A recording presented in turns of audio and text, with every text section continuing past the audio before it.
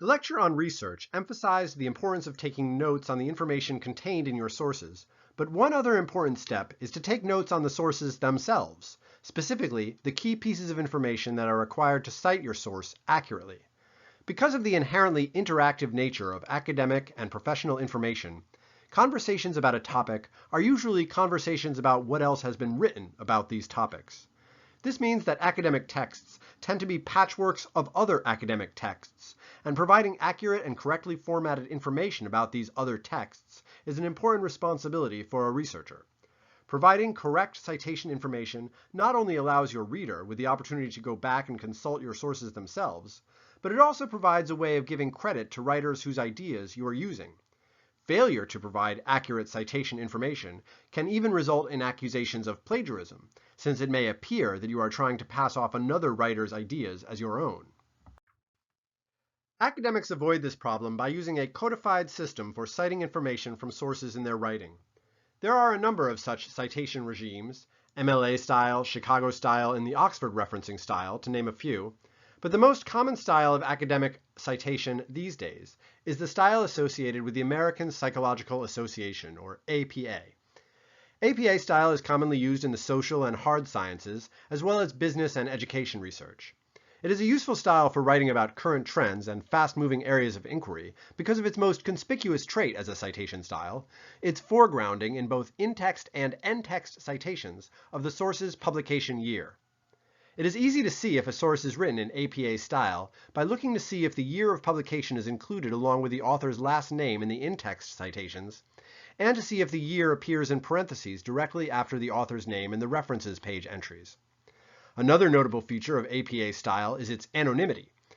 Its usefulness as a tool for communication among objective teams of low-profile scientists is enhanced by this feature. In APA-style citations, authors are referred to only by their last names in in-text citations, and only by their last name and first initial in references page entries. There are a lot of pesky details governing the specifics of how to cite different kinds of sources in APA style, but the basics are pretty straightforward. APA style has two basic components: standards governing the layout of a paper, and rules for citing sources. The rules about layout are as follows. First, APA requires standard size 12-point font. It can be Times New Roman or Arial.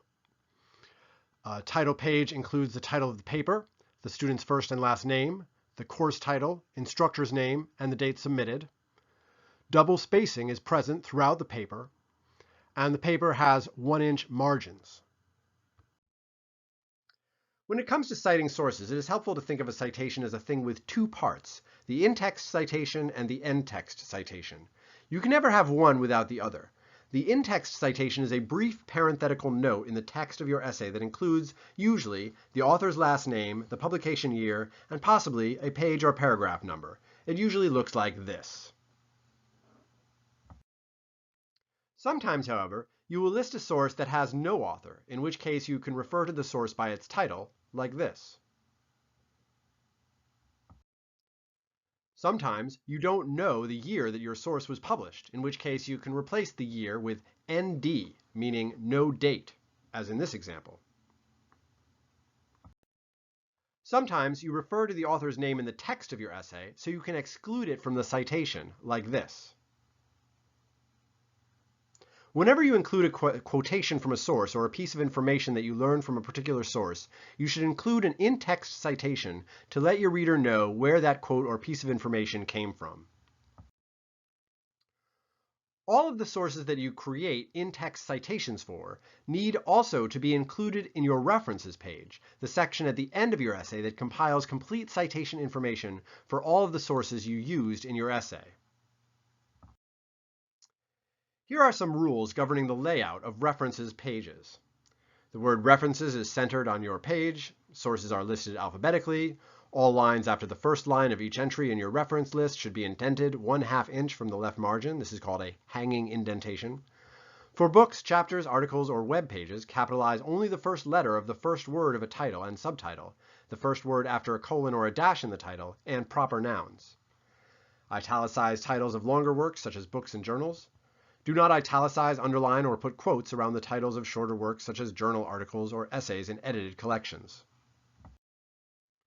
Generally speaking, APA sources are formatted as follows: author's last name, author's first initial, year in parentheses, title, title of journal or website, volume, issue number, pages, URL address. There are different ways of citing different kinds of sources. Journal articles, books, websites, newspapers, videos, and even social media sites all have their own special rules. The course materials for this class provide you with links to online resources that you can use to find the right format for the kind of source you want to cite. As you conduct your research, make sure that you include in your notes all the information you will need to write complete citations for any sources you plan on referring to in any papers that you might eventually write. Online tools like APA Central, EasyBib, and other citation generators can also be a big help. Familiarity with citation formats like APA style is one of the identifying features of an expert and a professional, one that, fortunately, is not very difficult to master.